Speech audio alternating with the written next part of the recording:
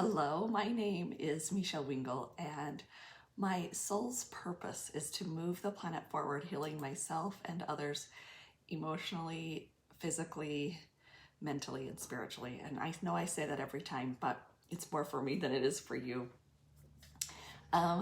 Each Wednesday, I try and share some simple shifts in thinking or feeling and behaving, hoping to create some aha moments. Aha moments are one of my favorite things to experience. It just shifts everything about my day. So this month, February, we are going to focus on the emotional body because February is the month of love, and love is the superpower emotion. Love is connecting and healing. And so try using love to shift a difficult situation. It's like magic. And so it's only fitting we have a month to explore it. But love is also why we grieve, and it's also why we are angry and have anger. It's been said that all emotions filter down to a spectrum of love and fear.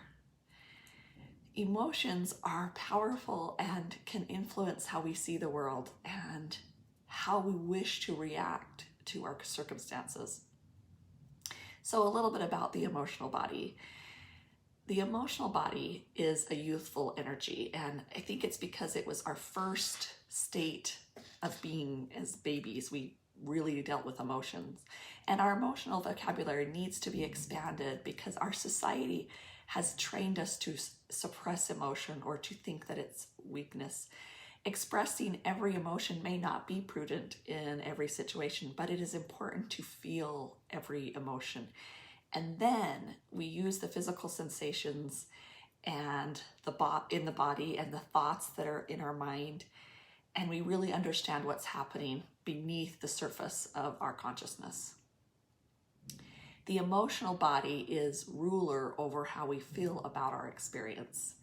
And with a balanced mental body and a healthy physical body, our emotions can become more positive and peaceful. That's really the goal, because it's how we feel about things more than how they really are that affect our lives. And I'm so excited because I've just learned a concept this week that I'm going to share today, and it's really on the surface. But like the mental body, the emotional body has two parts. And think of being happy for a minute, just the idea of being happy or excited or thrilled. And when you feel into that, you begin to identify with things that make you feel that way. Or imagine you had to act those words out like you're playing charades, and you would use large movements and expressions to kind of understand happy and excited.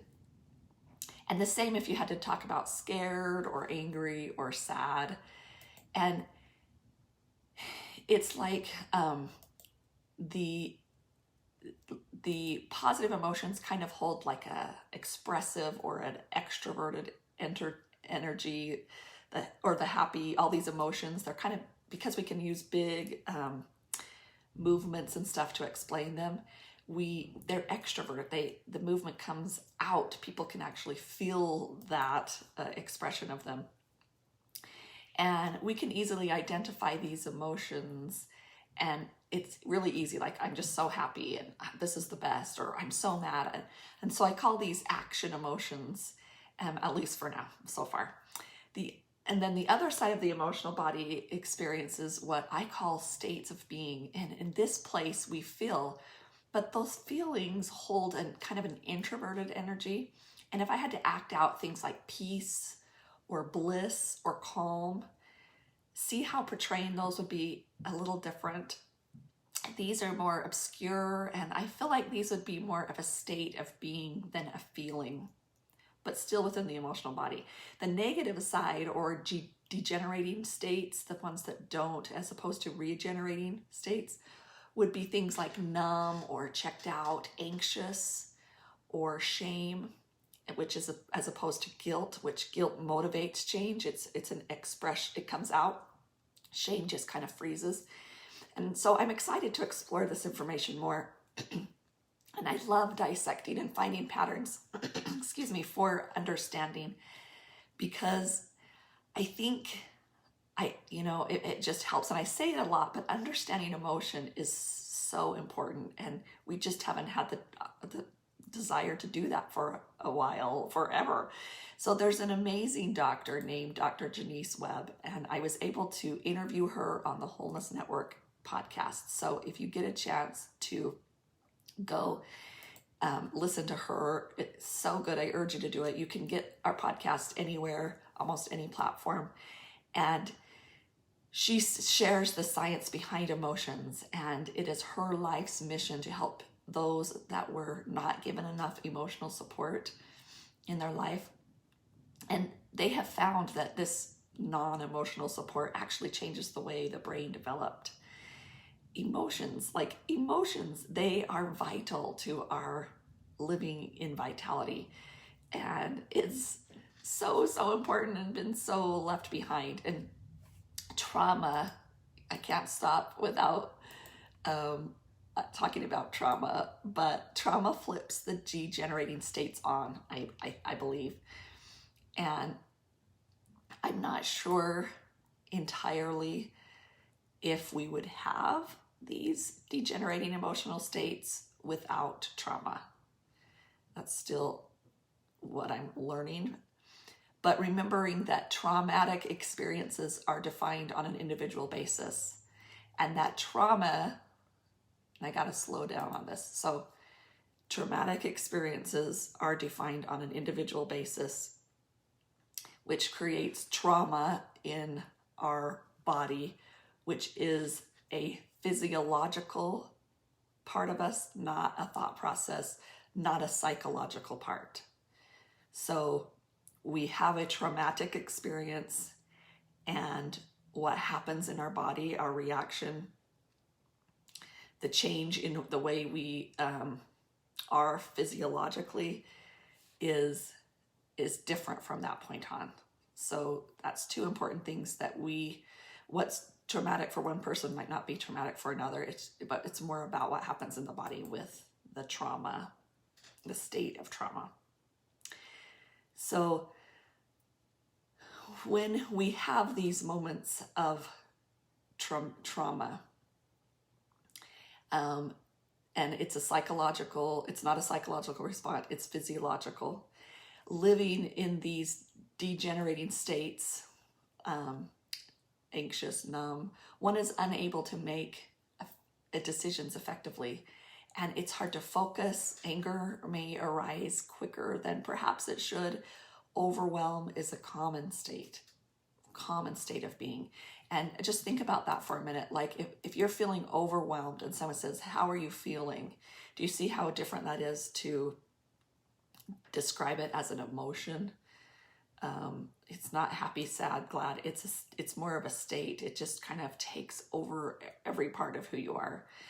And that's really important. But I still think it belongs under, and that's why it's hard, because we want to answer with an emotion, but it's much different. So I think it's in the emotional body, but it's just the second side of things.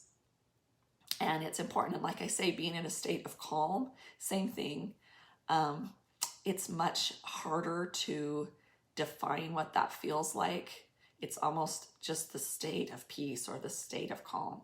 So, and if you don't understand these states, like the degenerating ones, then you have power that the rest of us don't have. And it's really easy to look at some other person and think that they should act another way, but you have this power because you haven't had that experience, and I ask you to use that power with empathy. These physiological states do not have the capacity to react or act the way you might believe they should. So, like we talked about in the beginning, try love. Try just supporting with love and see if that's the one that makes a difference, instead of trying to convince them they should be another way.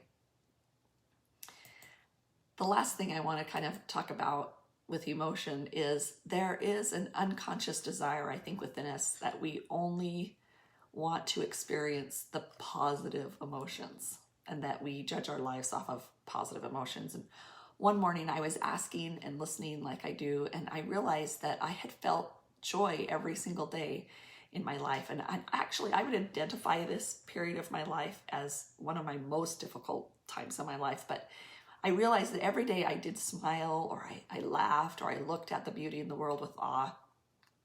And I felt joy, even if it was for a few moments every day. And so I realized I was living a joy-filled life. And I'm not quite able to define this moment because it sounds like I'm just pulling myself together and saying, what's my problem? I feel joy every day, and erasing all the difficult I have. But it was different. It felt like a relief because at the time, it helped me realize that the difficult things were more about my judgment. My anger, my grief, my sorrow were more about that I had judged them to be that way instead of the idea that they were. And that the fear I was feeling and defining my life by was partly my judgment. And I knew I couldn't have joy without those things. I knew I couldn't live in that state of joy all the time with no comparison. It just doesn't work. So it's been amazing sharing with you today. And go to MishaWingle.com for all of my simple shifts. There's a whole tab, and you can watch all these videos free. And so watch them and share them. And please like my video if you can, and I will see you next time.